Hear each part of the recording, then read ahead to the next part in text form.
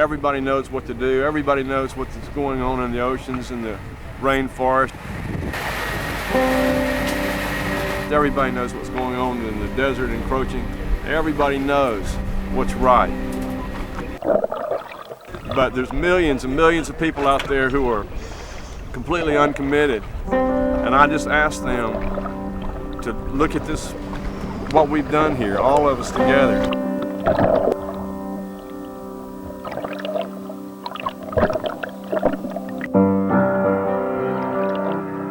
Though it's not any earth-shaking thing, it's something.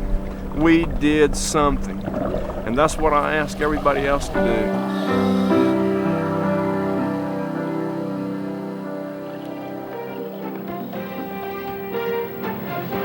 Welcome back. Gorgeous shot there, wasn't it? Well, after 4 years, more than 5,000 miles of practice, a 61-year-old grandfather is ready to take the plunge. Not that plunge. Paul Ellis plans to swim Mexico's 35-mile Yucatan Peninsula starting tomorrow. And all this just to raise awareness of the dangers facing the ocean's coral reefs. And Paul has been kind enough to join us by phone this morning. I don't know if it's in between his workouts or what. Hi, Paul. Good morning. So, how hard a feat is this to cross the Yucatan Channel when you're swimming? You've tried this before.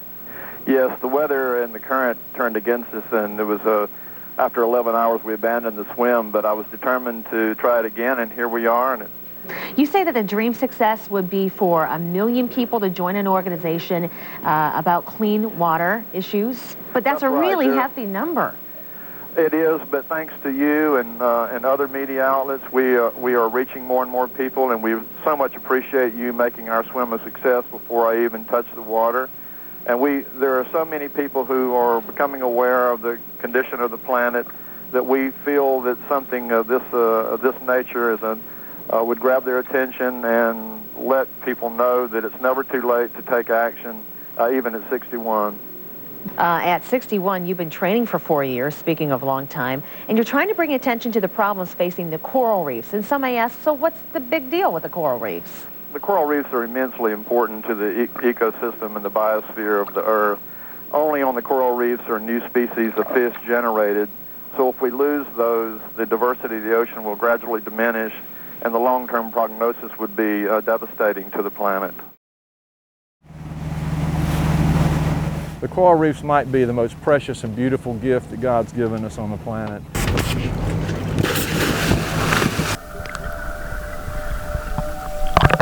You look at the water, you'd never really believe what's underneath it unless you took a look.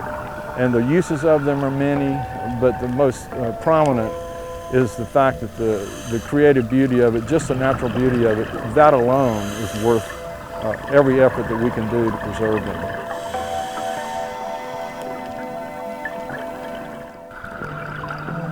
I was thinking about what could I do as a person that hadn't already been done before, and what could I do as a layman, not being a scientist, and really what could I do with the frustration I felt with what I saw around me and what was demonstrated to me visually and viscerally when I took my family on a trip around Mexico once in a van.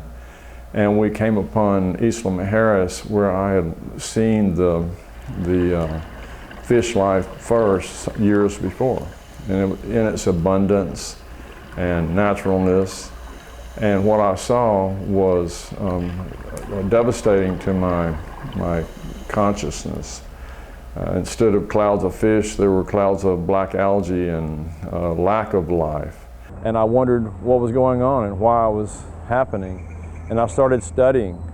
And after I became aware that indeed the health of the oceans was declining, the thought wouldn't leave me. And I love the ocean. I love what's in the ocean, the coral reefs. And I'm a kind of an adventurous person, a former marine aviator, and I've done a lot of things that were exciting to me, and I wanted to do something for myself, for the reefs. This is what the swim's all about, right here.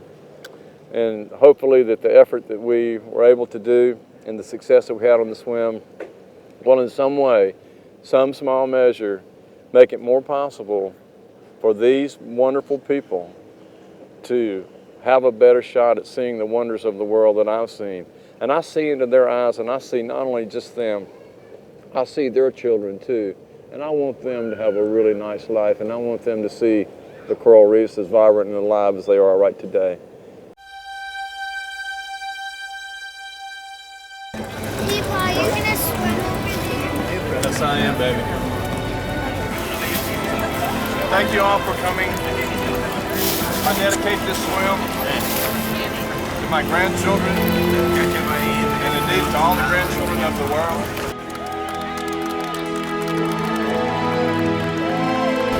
I'm telling the signs. Yeah. Okay. Something's wrong. I need help. So we see the hand out. Okay. Splashing the water. I actually met Paul when Brad was here. He introduced us to us and he talked to us about doing this big project in Cozumel. Bye, Megan. Bye, Emily. Bye, Caitlin. Bye, Amber. There is no knowing what's going to happen to you. There's no guarantees in anything. And I wanted to make sure that if they heard that. You're the first person that's picked up on the fact that I said goodbye. But I wanted to say goodbye. I have all the hopes in the world that I would walk up on the beaches of Cancun, and I really believed in my heart that I would. But I said goodbye for a reason.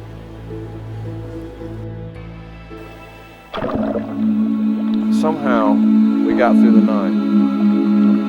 And I just felt the love, peace. I thought about my friends back in Barton Springs who had told me they were thinking about me, including several people who vowed and promised me that they were going to stay up all night long, watching the website. They didn't want to sleep when I was in the water. And indeed, that's what they did. They called me later on and said that they were there for me, right? And I knew they were there for me. The people who were around me, my family, friends, and teammates, the wonderful captains and crew on the ships that were with me. And those Navy Marines, by the way, in case I needed them, were still there. So I could, draw on my nana if I needed it, right? But somehow or other we got through the night. And I think the Dramamine, because he's swimming, probably wouldn't make him that sleepy. And if he starts throwing up, then we're kind of behind the 8 ball. So.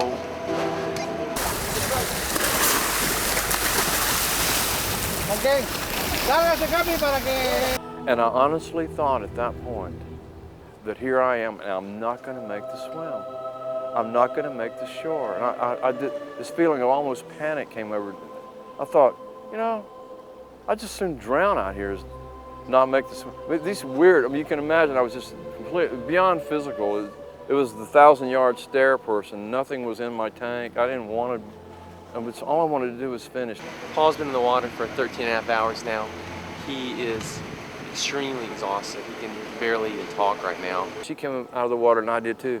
And she just looked at me, she said, one of those direct, wonderful things, she said, your family and your friends are waiting on the shore.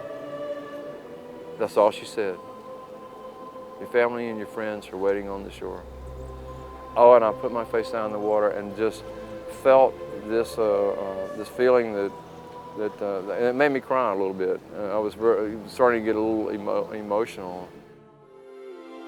Our goal is to have 1 million people join an organization somewhat like ours that has some focus on the coral reefs, and do it in the name of Swim for the Reef so that we would know that we had accomplished our mission.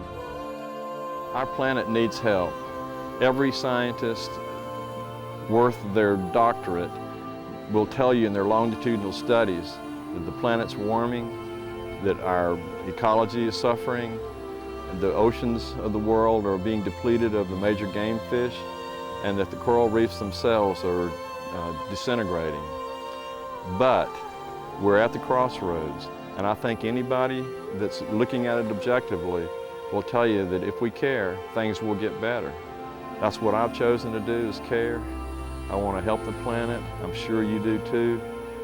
Let's find something that we can all get involved in, and we invite you to participate and swim for the reef and help us save the coral reefs of the planet.